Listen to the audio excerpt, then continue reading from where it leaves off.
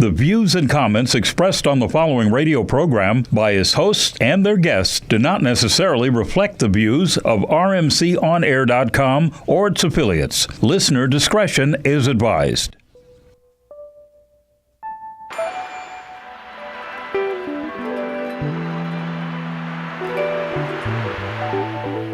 Good afternoon and welcome to another edition of Manners and More with Millena. I'm your host, Millena Gay.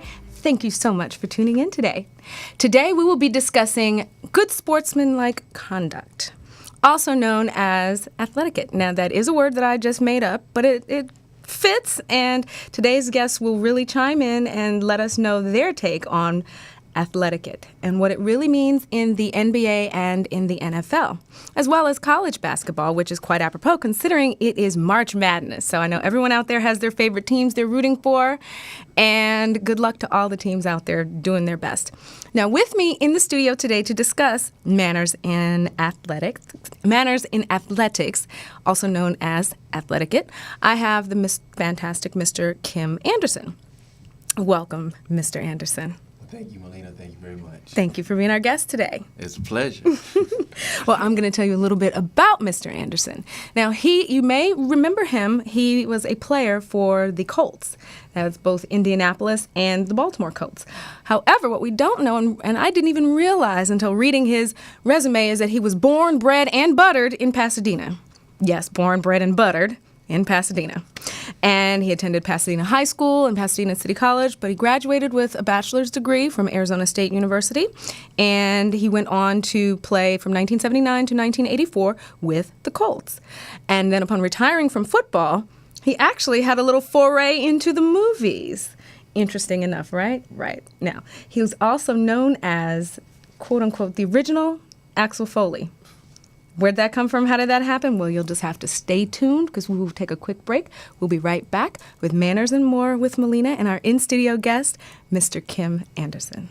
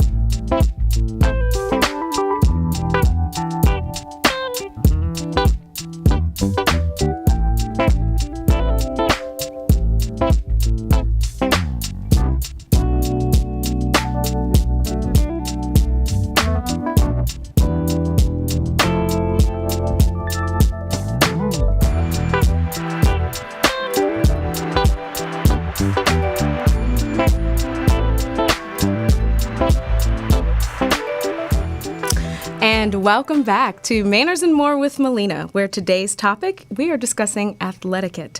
And I have my in-studio guest today is the fabulous Mr. Kim Anderson, who is an NFL player for the Colts, Indianapolis, and Baltimore. And we will be chatting with him in just a brief moment. However, on our line right at this moment is Mr. Ralph Dolton.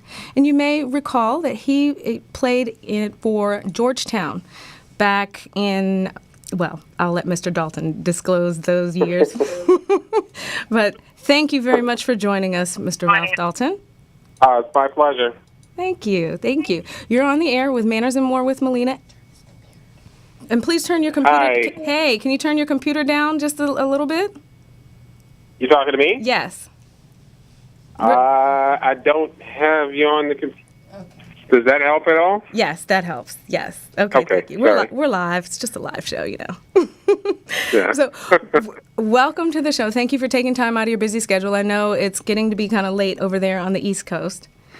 Yeah, it's my pleasure, though. Well, thank you so much. Now, today we're here talking with Kim Anderson from the NFL, and we have some other people who are going to be calling in as well. And I wanted to broach the subject with you in regards to sportsmanlike conduct in sports, and especially as it relates to high school and college basketball, which is your expertise. Okay. So if you would just give just a brief introduction and you run down a few of your credits so that people will know who you are and remember who you are, and just tell us all about your greatness.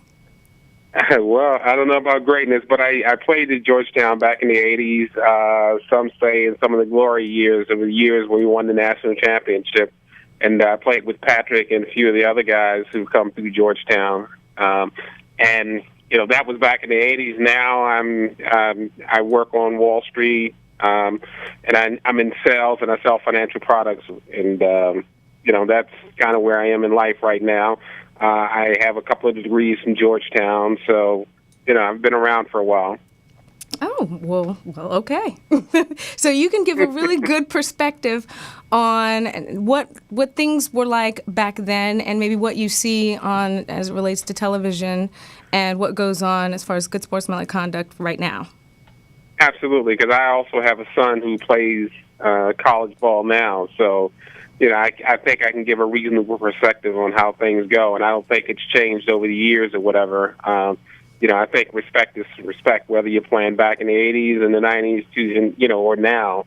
You know, it's still the same game, and it still, you know, provides the same opportunities.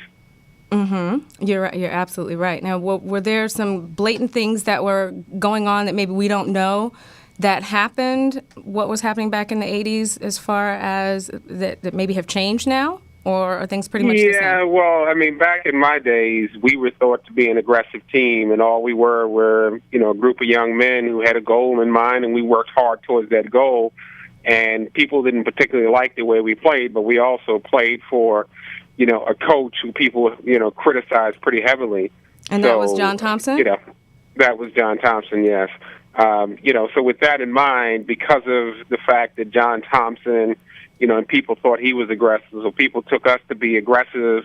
And all we were a group of young men working hard towards a single goal, and we reached that goal. But, you know, for whatever reason, we were labeled as aggressive, we were labeled as tough, we were labeled as, you know, as bullies, I guess you'd say, or whatever. But you know what? We were someone working towards one goal, and we were pretty successful in what we did, and we reached our goal. We won a national championship and played in 3 national championships. Oh, wow. So you won 1 and played in 3. So you guys are pretty experienced in handling your business and knowing how to get things done the right way.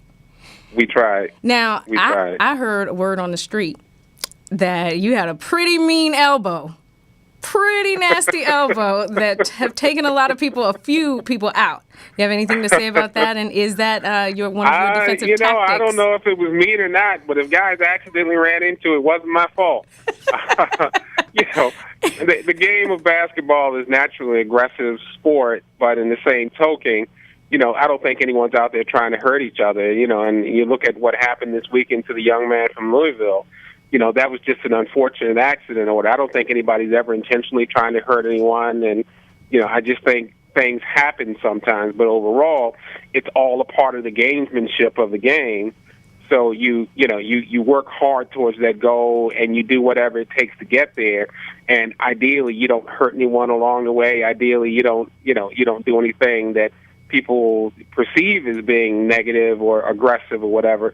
But you work hard towards that goal, and sometimes people, you know, take that and misinterpret it, and you know, it just it doesn't mean it's not meant to be aggressive or whatever, but it may appear that way from folks who are looking at it from the outside. Okay. Well, now I don't want to keep you much longer, but I do have a quick question for you. Are there maybe 3 things that you could impart for people who are possibly considering deciding maybe an NBA career or who are playing basketball right now, that when if you look back on it, or things that you would share with your son in regards to sportsmanlike conduct in basketball?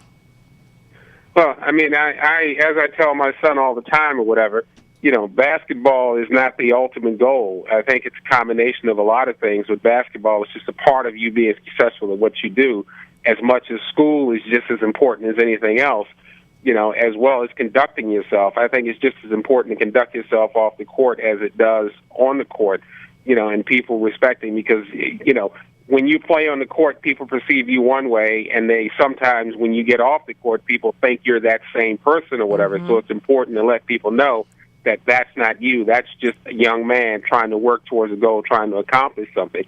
But in the same token, when you're off the court and you're in a classroom or you're in the business world or whatever, you need people to respect what you're doing and understand that you respect what they're doing and working hard at doing the things that you're trying to accomplish. Yeah. Whether that's basketball, whether that's life, whether that's school, it's all towards one goal. It is. And you did not go into the NBA, did you? I didn't go to the NBA. I was drafted, but in my freshman year of college, I tore my knee up. I had a pretty severe knee injury. However, I still came back from my injury and played 4 years of college basketball. Was pretty successful, and I was still drafted back in my day, but it wasn't my dream, and I realized with my knees that it wasn't something that was going to probably be my future. So with that in mind, I came back, I started grad school, and I ended up getting a graduate degree from Georgetown as well, and I realized that basketball wasn't going to be my way out. Books and a business career was going to be my way.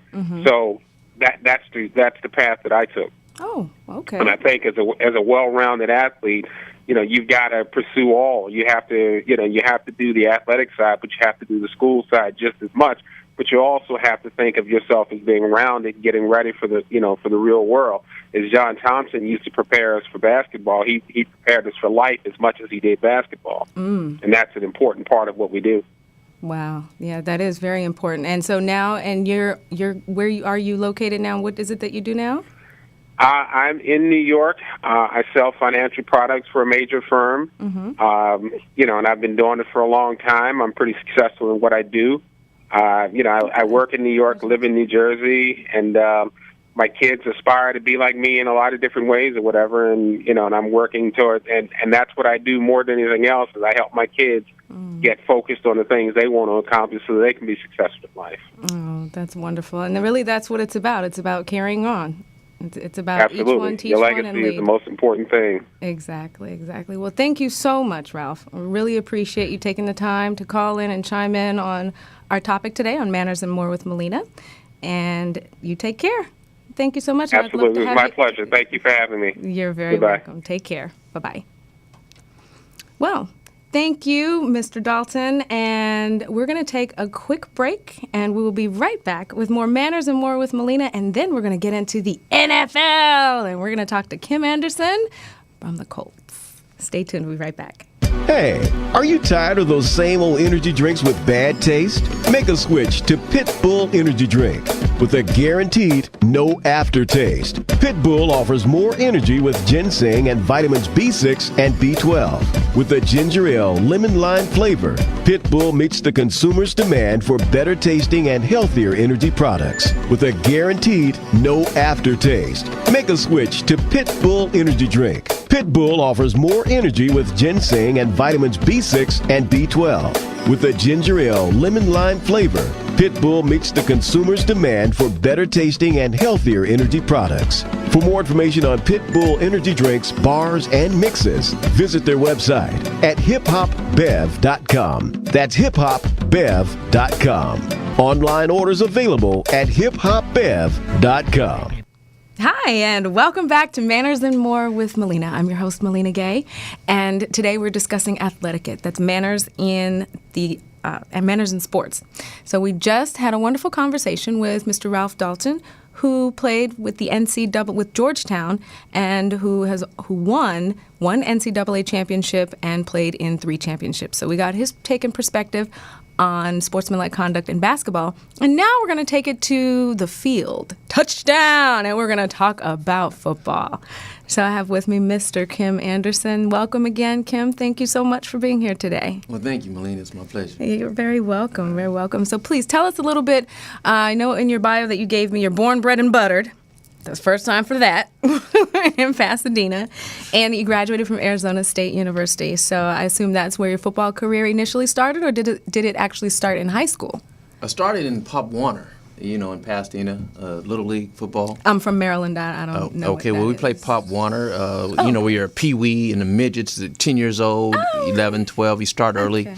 And, I living down the street from the Rose Bowl growing up over there. Awesome. Every year when they'd have the Rose Bowl down, every now and then I go down there and listen to the coach, from Ohio State or Michigan, the USC. And it was always a goal or a dream to, want to play in that venue. And so, that kind of started it out and just kept pursuing it. I was probably graduated from high school at 150 pounds. And they said, "Oh, you're too small. You can never do that." But I did. So anyway, I did gain some weight though. Yeah. Okay, moving along. Yeah. And so then you played football in high school. Was that your same position that you ended up playing professionally, or? I used to run with the ball and play wide receiver, but every time they always moved me to defense. So I played both ways, for way, and then it just seems that I always got an opportunity to start or play if I played defense. I think defense requires a little better athlete. Because you run backwards as fast as you have to run forward. You have to be able to change direction. You got to be able to tackle big, giant people, fullbacks and whatnot. Giant folks. Yeah, giant folks. Yeah, there were some big folks I ran into during my day. Yeah. Wait, I have a question. So I was a big Redskins fan, even though I grew up in Maryland, and I apologize to any people from Baltimore. I apologize. But the rest of Maryland is different from Baltimore. And so the rest of Maryland associates with Washington, D.C. and the Washington Redskins. So I was in love with Rigo. Yeah. So and I'm actually skipping ahead just a little bit because I get excited about the Redskins. So in Redskin terminology, what was your position for those who are don't really know what a defensive back is, or cornerback or free safety? What would be the correlation? Well, if you're a Redskin fan, there was Darryl Green. Oh, Darryl Green. Darryl Green Okay. played corner. He was one of the premier cornerbacks. You're guarding Jerry Rice. You're guarding. You're intercepting pass from Joe Theismann. Joe Theismann, You're the headache. You're the one you have to tackle John Riggins. You're the last line of defense. Wait, so your job would have been to tackle John Riggins? That's my job. Yes. Wow, Yes. seriously. And John Riggins was a load. I did have to tackle John. He's a Did you load. really have to tackle him? He's a huge man. And how was that? How did that handle? How did you handle that? That's How'd a it work rough out? afternoon. That's when you have to play against people like that, Earl Campbell, Walter Payton. That's part of the game, though. And it's a physical game, and that talks about the NFL. Back when we played, I think we did hit with our helmets a lot. That was part of the game. Isn't that illegal now? Well, yeah. It was always, you were never supposed to spear people, okay? Just to make an understanding, the very top of your head wasn't designed to hit people, but they never seemed to call that penalty. Oh. Until recently. Yeah, until they just really paid a lot of attention to it. But people use the helmet quite a bit to initiate contact. Really? Now, okay, so they used their helmet and they weren't supposed to do that. What are some of the other things that happened that people weren't supposed to do and is not considered very, very nice? Although not a lot is considered nice in football, I'm sure. Well, over the rules, I think they've been cognizant of the injuries. It used to be, if you look at old football footage, in the 60s and 70s and even the 80s, defensive players would pick the quarterback up, throw him and slam him down. So they've made rules now. You don't pick people up and body slam them and Wait. You mean they actually used to pick up the quarterback and slam him down? Yeah. Running back, receiver, quarterback, pick them up, slam them. That was okay? Yeah. That's letting people know. That wasn't a foul or penalty? That's not a penalty. No, that's a body slam.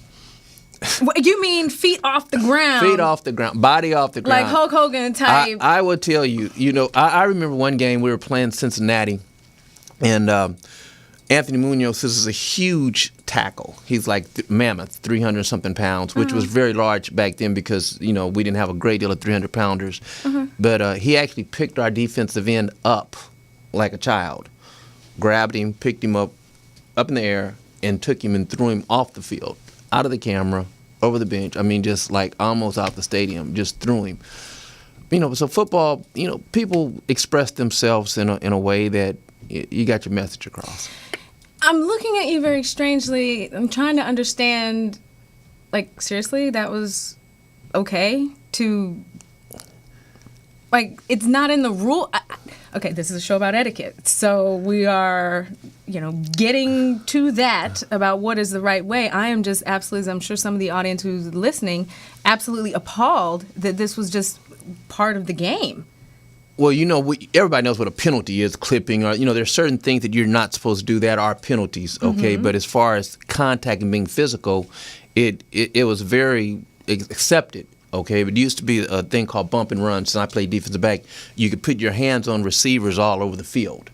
You could bump them, push them, hit them, rip them, hit them in the head, whatever. Even if they didn't have the ball? Yeah, it doesn't matter. Yeah, if they were on the field of play, they could be hit. At any bumper time. Cars? At bumper cars, call it what you want, at any time. And they knew that. And then they changed the rule. They changed the rule probably about the end of the 70s and said, okay, you can't do that anymore. You can only do it within 5 yards. So that allowed them to run free without having to, look around and be getting hit all the time. They opened up the game so it could be more offensive scoring, mm-hmm. And now they've made it where, used to could hit a receiver. If he's in the air, it doesn't matter, what have you. Now you have to wait till he comes down and lands. And, so they're trying to protect people. Uh-huh. One of the things that's happened over the time period is the football field is still the same size. Okay. Okay, it's 100 yards, about mm-hmm. 54 yards mm-hmm. wide. But the players have gotten bigger and stronger and bigger and stronger and faster and bigger and stronger and faster. That darn McDonald's and food. The field has not gotten bigger or longer or wider. So now you have people moving at a more rapid speed and bringing a lot of contact with them because they're stronger now and they're hitting. So, and so they're trying to make football, I guess, safer for everybody. Oh, yes. Really? Yeah, safer now. Safer. Well, they made some rule changes that, and I thought it was a good one because if you've never been knocked out, I mean, I've actually seen a player get knocked out on the field and go to sleep instantly, snoring, eyes open, sleep on the field. On the field in the middle of the game. On the field in the middle of the game. Sleep out. Has that ever happened to you? I never went to sleep on the field, but I got knocked out. Yeah. I didn't know where I was in Chicago. I had no clue. I mean, I had no clue what year it was, who was the president, where we were, what was going on, the score. I knew nothing. I didn't even know my name. Oh my goodness. Yeah, and it's a weird situation. And back when we played, if you got knocked out, they were how many fingers do I have up? Come on, so you got to go back in the game. Like 2, 6. I don't know what is that? Is that a hand? What is that? Is that a foot? the point is, okay, you can see it. That means you can go back in there. You go back in there, and your eyes are still. I can remember where Walter Payton got in our huddle. After the play, he just was Walter Payton on your team? No. Oh. No. That's what I'm saying. Opposite people getting in. Come get him. He's out. Yeah. He came to your huddle and was really thought he was ready. Let's go. Let's do the next play. What's the call? Yeah. Really, so you need to go to things your like team that happen. and how about Yeah. Wow. So that part of it and that kind of and you hear all the talk about CTE and about what's CTE? CTE it has a cognizant your cognitive level. Okay. But people getting concussions and getting knocked out. There's like a suit that's pending.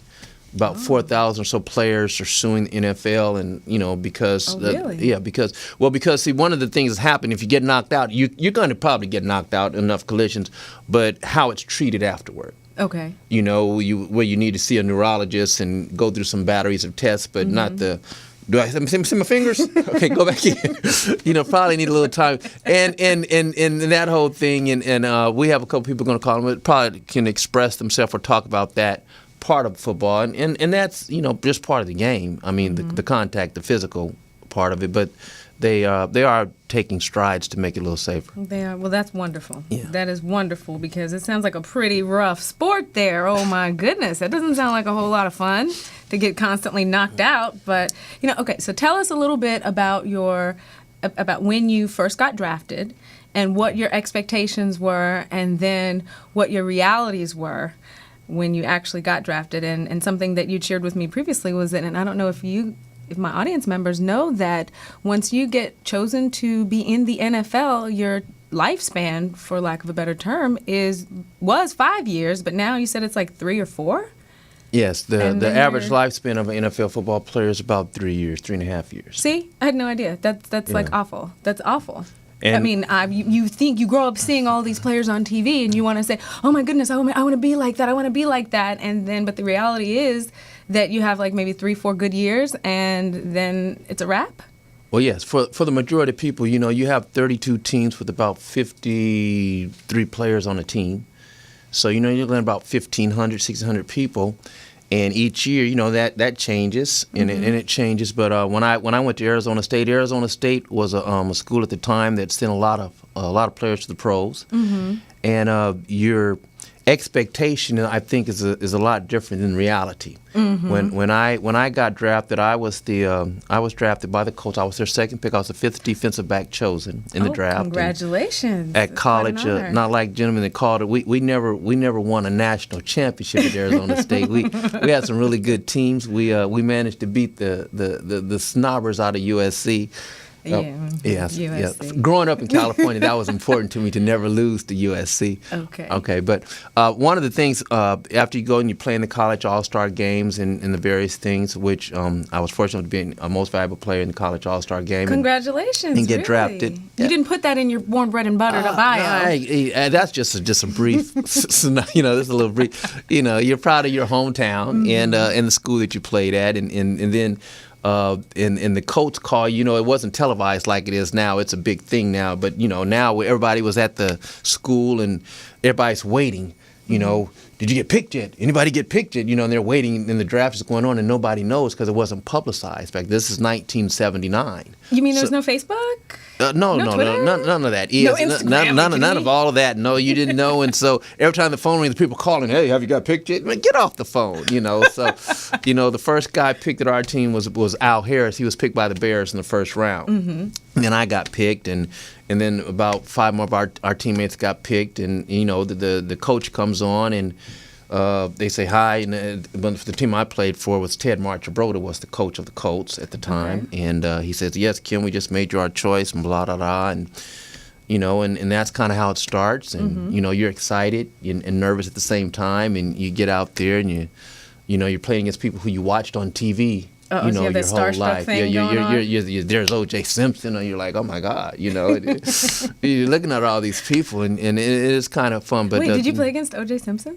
yeah, but he was hurt and old at that time. He was tired and old, and he wasn't the same O.J. Simpson that he was when he had all set was up running those through the airport records. and Yeah. commercials. He wasn't rolling like that. He still had his name, but he didn't have that kind of. He didn't have the juice. He had Okay. no juice then. Okay.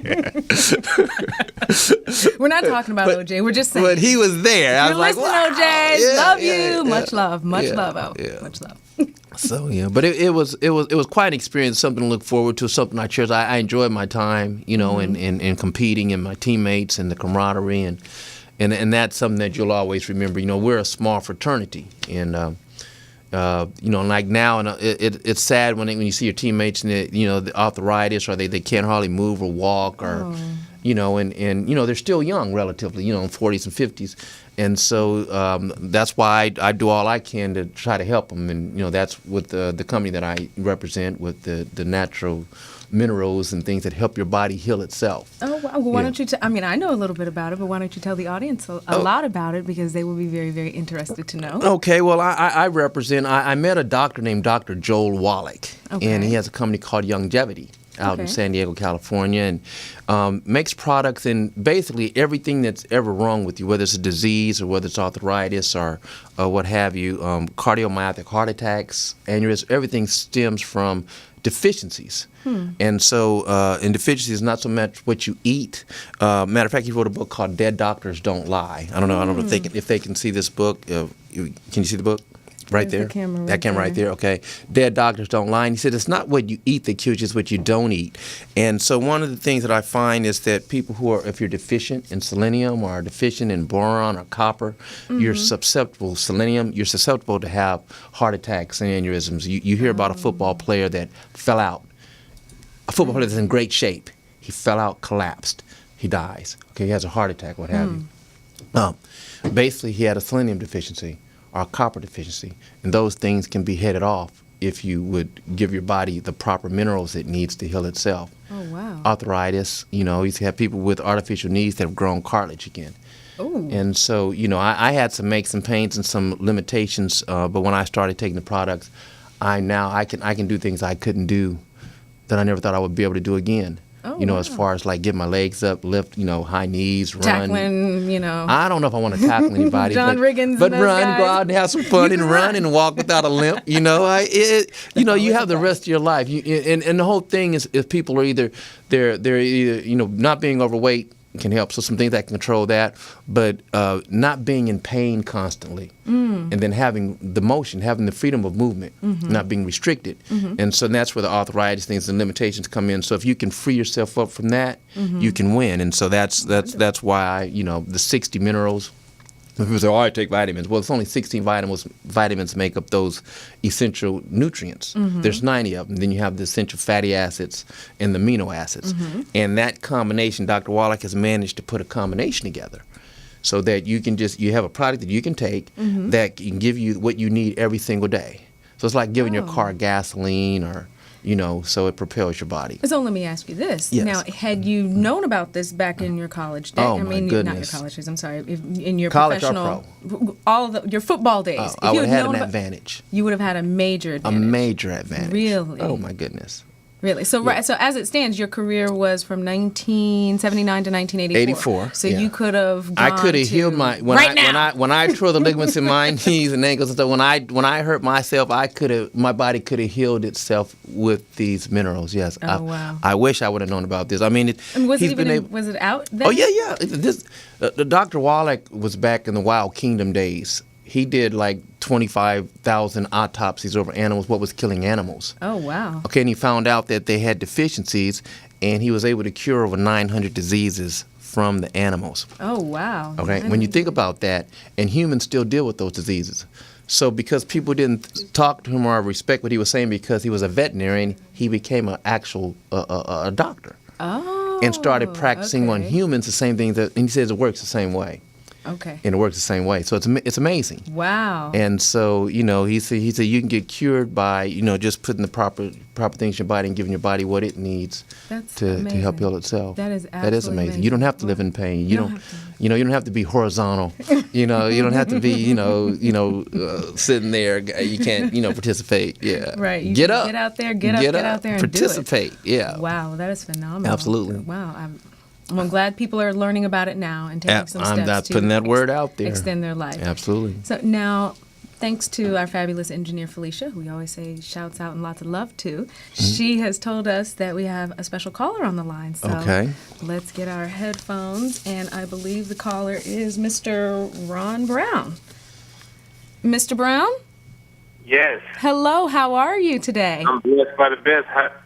How you doing? I'm wonderful, thank you. And thank you for calling in on Manners and More with Millena. Thank you so much. Oh yeah, thank you. And I have I have on the air right now Mr. Kim Anderson in the studio, and he is talking about athletiquette. That is the name that I have given to sportsmanlike conduct in sports. So we would like to have you comment on that, if that's okay with you. And actually, if you could just tell the audience briefly what your specialty has been as it relates to the NFL. Oh, well, I go back with Kim. Kim and I are alumni brothers too. We both went to Arizona State. Had a chance to visit that great school, and then we had the opportunity to play in the NFL. I played with the Rams and the Raiders, and I also was blessed enough to have a gold medal that I got in the 1984 Olympics. Oh, So, wow, 1984 Olympics. yeah. So we go back a few years, though, but it was a great day for us. Well, that's quite an accomplishment to get to the Olympics. Yeah. That's fantastic. Ron was one of the fastest people on earth. Okay. Wow. Fast runner, very fast. Really? Yes. Ron, can you still run? In my mind, man. Okay. Mentally, huh? I heard that. Ron, No, go ahead. let me ask you, Ron. I mean, you have a son that plays football, and having gone through football, did you yourself ever receive a concussion? Oh, yeah, I sure did. A few of them, actually. Yeah, they went to a commercial break on me on the Monday night game. Oh, my goodness. Yeah, they did. I woke up in the locker room. Wow. Okay. Oh, my goodness. And to date, I mean, do you still have effects of it, or do is your memory there, or My recall is a lot slower now, of course, and but it's a little bit scary though when we start to talk about the knowledge that's in front of us now that we didn't know back then, and we didn't call them concussions, we just call them cobwebs. So, it's gone full circle for us actually to get the education that we do have, and then you start to say, oh yeah, I do have symptoms like that when they start mentioning things. Oh yeah, my recall is short, and yeah, I do wonder if I lock my door or close my garage and have to turn around and come back and go, yes I did, and then forgot. So those kind of little moments, those aha moments. Those are aha moments, Ron, because I left the door open. I didn't even close the door. What? Oh my goodness! Oh wow! Now, Ron, let me ask you: since you have experience in the Olympics, was there a standard? I mean, a basic standard of things that you do and not do that kind of covered all of the countries? As far as when you say standards, what do you mean? As far as competing? Competing, yes, but as far as code of conduct, meaning, okay, it's generally accepted that you're not supposed to trip other players. Now, I'm just finding out that apparently in the NFL it was okay to body slam the doggone quarterback, and that was okay. So, are there any surprises, things that we would be surprised to hear or know that happened, either good or bad, with other countries involving the Olympics? No. Actually, our country's behind when it comes to track and field, the Olympics, because when we go overseas and compete, the audience, we have a full house out there. The stadiums are packed. That's why guys always look forward to going overseas in the summer and the spring, because there's so much competition over there. You're so welcomed over there. I mean, track and field is a big thing for other countries. Ah, yes, it is. It is. Go ahead. What were you And RB, let me ask you this: you have a son that plays football, and they asked a question. They asked President Obama, I think, not long ago, if would he let his son, play football or what have you. And what's your take on that as a parent, and as your son's coming through now at this time in the sport? Yeah, we've had that discussion before, though, because my son is actually, he can. He loves the game, though, and we always say that where you find your passion, you find your purpose. So it's hard for me to get him off of that football thing, but I wish he would, pick another sport. There's a lot of excitement that goes on with football, and of course, in high school, all the girls go to the football game, so he likes to hear his name called on campus. But from knowing what I know about football now, if I'd have known before, I think I would have picked another sport. Really? Yeah. I know the son that I plan on having one day, no time anytime soon, but I want him to play golf.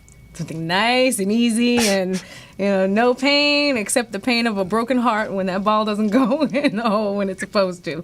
But I understand. Now, did you experience any major, aside from the cobwebs, did you experience any major physical effects from your athletic career? I've had a couple of knee surgeries and dislocated fingers and dislocated shoulder, but that was all part of the game. See, when the game was just a game and was just a lot of fun before it became business, to that level, because, we just kind of enjoyed playing. We played every weekend when we were growing up, and then we had the opportunity to play Pop Warner Sports and stuff, and it was just a game. So, yeah. It was fun doing it, though. And then it became a business, and then, it became a little bit different, though. But I think the challenges that we have right now in the game, and a lot of guys, if they had to do it all over again, and I'm one of them, too, would do it the same way, though. We just wish that, the owners, took a little bit more responsibility for what the game causes for life after sports, because that's really what, all our big complaints about, the quality of life after sports. We just think that, in every other sport, that's low risk, that has lower risk than we have. They tend to take care of their alumni, and we just want the owners to feel the same. And the owners blame on the Players Association, the Players Association blame it on the owners, and then we're left without a voice. Well, yeah, that is very important. That needs to be. And are you working toward that end to help establish something to make sure that that is something that continues. And I think that's a good point that you're making, and that's exactly what we're trying to do. Because we understand that football is not a football business, that they're in the marketing business, and every time we try to get into the marketing side of the game, they want to keep us out. They want to stay with the Nikes and the Adidas of the world and the NBCs and the Fox Sports. But then when we say, okay, well, we are the marketing pawn, let us be in the marketing side of the game that will allow us to brand ourselves, which will allow us to pay for our own life insurance and our own medical insurance and stuff like that. So we don't have to worry about suing the NFL or begging the NFL to take care of the loved ones, because basically, our fans feel that you guys made so much money while you played the game, you shouldn't have to worry about it. But that's not necessarily true, though, because we make a lot of money for a short period of time. I used to always tell me it's better to make $100,000 a year for 20 years than $1 million in 2 years. He said so. The time frame that comes with the life expectancy for a football player, his career is only 3.5 years. And then they have the statistic that shows life on earth is at age 55.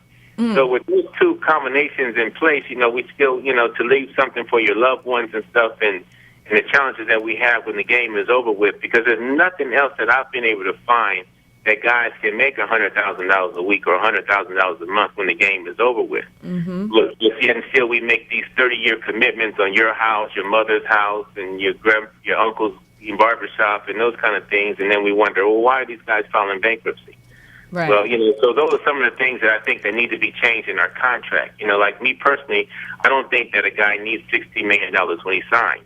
Coming out of college, living on $1,000 a month stipend. I think that he should get the $60 million when he retires, or half when he starts and half when he retires. I think that will give a longevity, because I look at money different at 50 than I looked at in my 20s when I was buying Ferraris and big houses and jewelry and partying all the time. Right. So I think that you have benchmarks in your life that you will treat money different, and as long as you control the money going to control you will have better success. Yeah, absolutely. You're absolutely right.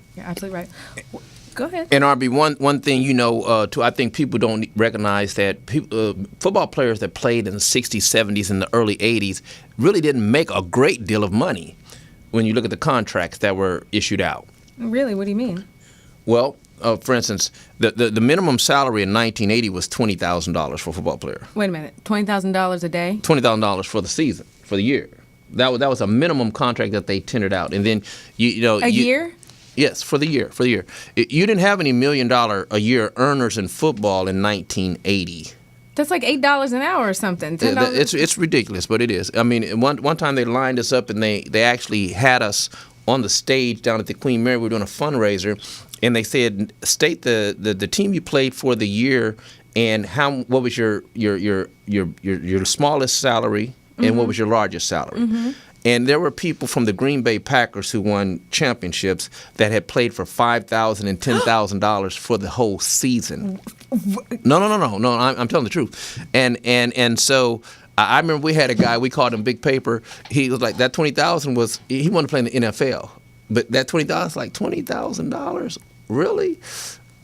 It was serious, And he was happy about that $20,000? Well, you know what? He was playing in the NFL. And for a long time, because there was no free agency. I mean, when people talk about going on strikes, the history of it, well, the NFL, the strikes in 82 and 87 provided a platform for free agency, and which then a portion of the gross, a percentage of the gross, which now was played out into football players making significant money, as RB said, on a short period of time.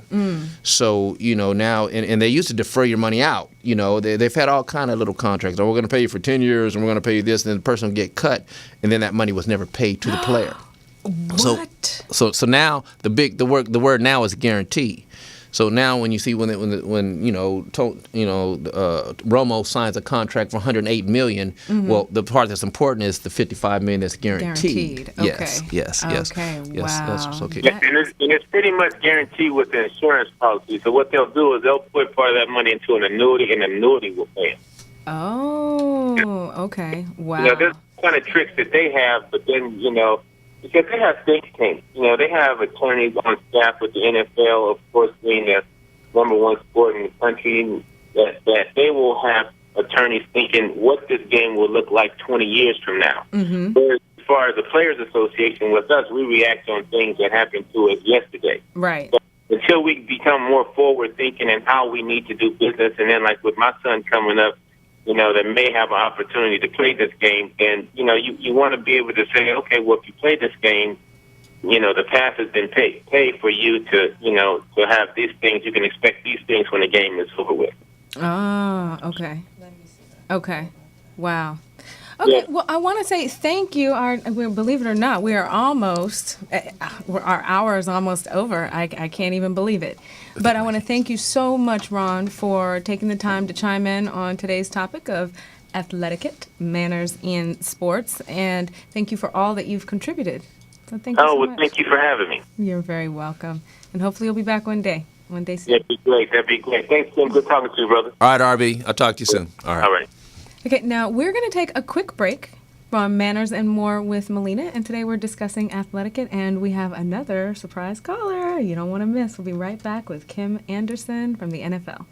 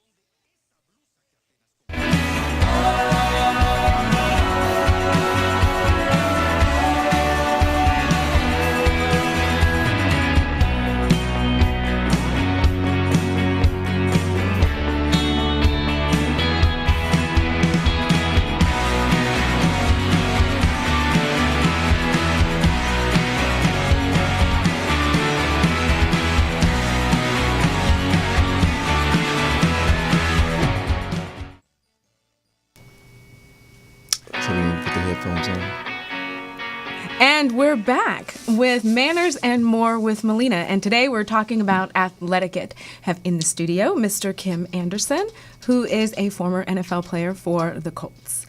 And we also have a special caller on the line. But before we get to our special caller, Kim, why don't you show the audience some pictures of what you looked like way back in the day? I think they are actually quite interesting. Okay. That is me underneath the helmet, underneath this running. Oh, what do you want me to put? Like, okay, can they see that? Yeah. So underneath that helmet. And then that's what's underneath of the helmet. That's what's underneath the helmet. That's that intimidating factor. Oh, wow. And so this was back in 19 what now? There you go. 19 which? In the 80s, I was on the East Coast I was representing Pasadena with the curl. That looks Jerry Curl-esque. That was Jerry. Now, was it the Jerry curl or the S curl? And then I made quite a step up. I showed up to get a job at Beverly Hills, and I ended up having to cut my hair and shave so I could be a Beverly Hills police officer. Yes, we want to do into that Beverly Hills police officer Axel Foley type thing you had going on there. Because that is quite an interesting piece of your bio. But right at this moment, we have a gentleman by the name of Mike on the line. Do you know who Mike is? Mike Haynes. Mike Haynes is one of the greatest football players of all time. Well, welcome, Mike Haynes, greatest football player of all time. Hall of Fame. Okay, multiple years. Hey, Millena, how you doing? I'm fantastic, Mike. How are you? Welcome to Manners and More with Millena. Thanks for having me on. I'm so glad that you have my buddy up there doing the NFL proud.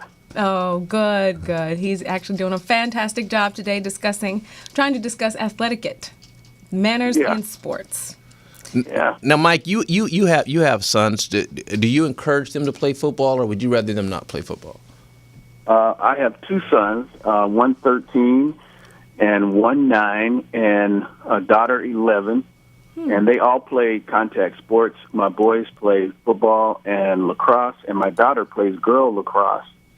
And but I understand the concern about concussions, and because of that concern, I actually coached my son's team last year, and we were fortunate enough to. I knew about this test called the King-Devick test, and it's the only test that I'm aware of that's an objective test. There's no subjectivity at all. You have to have a baseline test, and they take that before the season starts. It takes about 60 seconds. You don't have to be a doctor to administer the test. All you have to do is have a stopwatch, and you use these 3 cards, and they read the numbers left to right as fast as they can without making a mistake. And if you ever think, or anybody thinks, there's a reason to believe that the kid might be concussed, you retest them. And if they go through the test slower or they make mistakes, then they're done. And they're really careful not to say that the kid has a concussion. They leave that to the medical experts. But most likely they do have a concussion. So because of that test, I let my son play, and I knew that if there was anything that ever happened, I would know that he had a concussion. And I retest him at home. I'd retest him on the sideline, and he got through the season without a concussion. Both of my boys. Oh, wow. Now, Mike, what was that called again? What's that test? It's the King-Devick test. King and Devick, D-E-V-I-C-K test. Okay. And it's the only test, and I actually help the researchers do their studying, and they're still helping them. One is Steve Galetta is the head of neurology at NYU, and he's doing a lot of good work in helping us do more tests and get more evidence that the test works. But I've seen enough to believe it, and researchers support it. It's been peer reviewed and all that good stuff. So with that, yeah, as long as a school or a program will use that test, I'll let my son and my daughter play there. So, Mike, it sounds like what you're saying is even in Pop Warner or high school, college, pro, that would be a good test to have a baseline for all athletes that are playing in the sport, and then just to use that, and that's a quick initial prognosis, so to speak. Yeah, I think it is a good way to go. And primarily is you don't have to be a medical expert. I mean, if the test says your kid has a concussion, then you go seek out the medical expert. But to take him to the medical expert to tell you that he has a concussion or she has a concussion, that doesn't seem to make sense when you have this test there available. Okay.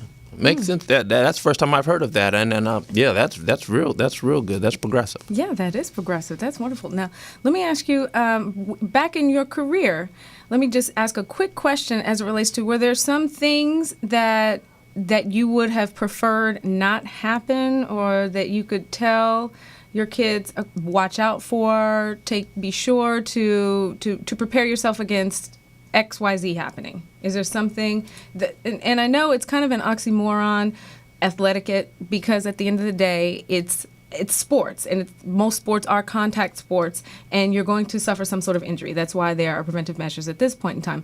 However, just within what one can do in and of themselves to show more sportsmanlike conduct, are there a few things that you could maybe suggest, or that you wish that someone had suggested to you? Well, since we're talking about concussions, I believe that I had no fear of real bad brain injury when I played. My fear was maybe getting hit the wrong way and maybe being paralyzed. That was my fear. Mm-hmm.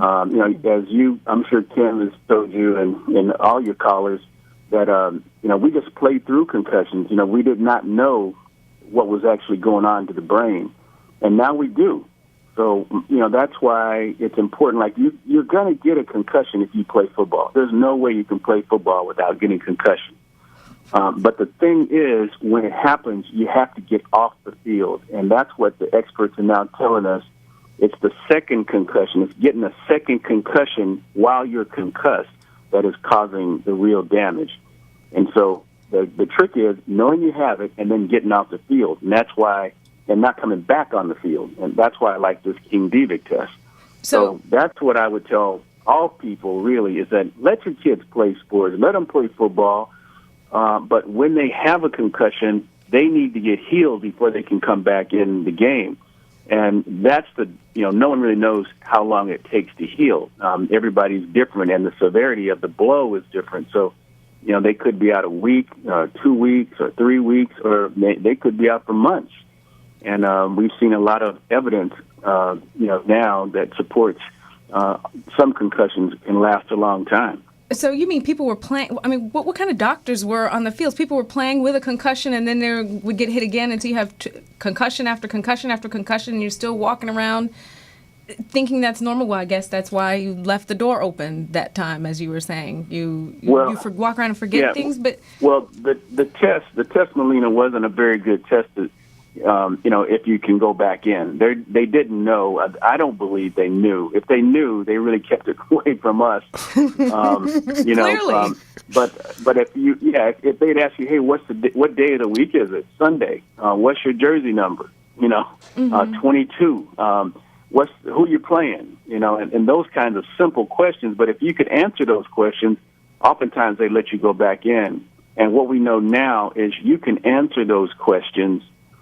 You can do a lot of things and still be concussed. It's a super severe concussion. Obviously, you won't be able to do those things, but you can have a mild brain trauma and not be able to miss any of those questions that the doctor or anybody else asks. And that's what we're finding out now, that we were living and playing with second concussions and third concussions and fourth concussions. When we shouldn't have been doing that. Right. You shouldn't have even had one concussion, really, and you should not have. But not after you've been concussed. Exactly. Yes. Well, I want to thank you so much for calling in today and joining us, Mike. Really appreciate your insight and for you taking the time. Thank you so much. Well, thanks for giving me the opportunity to share, and thanks for having my man on there, my homie. All right, Arizona State Sun Devils, go. All right. All right. So thank you. Okay. Talk later. All right, bye-bye. Wow. Interesting. Wow. Well, unfortunately, we are almost out of time. I mean, I tell you, this hour just evaporates into poof. It just disappears. What I'd like to do, though, for our callers, if you're out there and you like to get more information about what you can do to heal your body, I'm not going to send you the book, but I'll send you a CD. It's been over 150 million copies of this book has been worldwide. Dead Doctors Don't Lie. I have a CD that I can get to you if you'll go to my website. Kim, my name, K-I-M, not like the singer, but K-I-M, number 22.net. You can go there, and you can just give me a phone call. My phone number is actually on my website, so Kim22.net. And we have all kind, Black Gene Lies, dead athletes. Let's see, dead doctors don't lie, dead athletes don't lie. From the history of sports, whether you played football or whether you were running, what have you, how you can do things. And even if you have kids, 13, high school, junior high, middle school, what have you, and they're working out and everything, one of the biggest things, and I just want to let you know, is once you work out and you're sweating, you sweat all those minerals out of your body. Drinking water is not putting the minerals back in your body, so you need to replace those with the proper nutrients. And so I have all that knowledge. It's on the website. It's right there for you. And not knowing is no excuse. So go out, dream big, live your dream, and play to win. And go to Arizona State. With proper etiquette. With proper etiquette, play to absolutely. Win with athletiquette. Absolutely, and absolutely. With that, I want to say thank you for all of you who have tuned in to the show today, who've tuned in, who've chimed in, and our guests who called in and shared their insights, and especially the in-studio guest, Mr. Kim Anderson. Thank you so much for taking the time today to impart your input on athletiquette. I like saying that word, athletiquette. With one T, athletiquette. That's a good word. That's a great word. Okay. Thank you. Let's see if it ends up in the dictionary one day. Okay. All right. You put a patent on it, huh? Exactly. Okay. Exactly. Well, thank you. Had a good time. You're very welcome. Thank you so much. And thank you all for tuning in today. If you have any comments you'd like to share, please feel free to go to mannerswithmillena, Millena, @gmail.com. And with that, we will see you next. Thank you very much to my fabulous engineer, Felicia. Thank you to all of the in-studio guests, the fabulous, wonderful Ade intern, social media maven, and all who have helped to make this show to be what it is. Don't forget MGSC, the Millena Gay Signature Collection jewelry, available at 1205 North La Brea. And with that, we'll see you next week. Take care.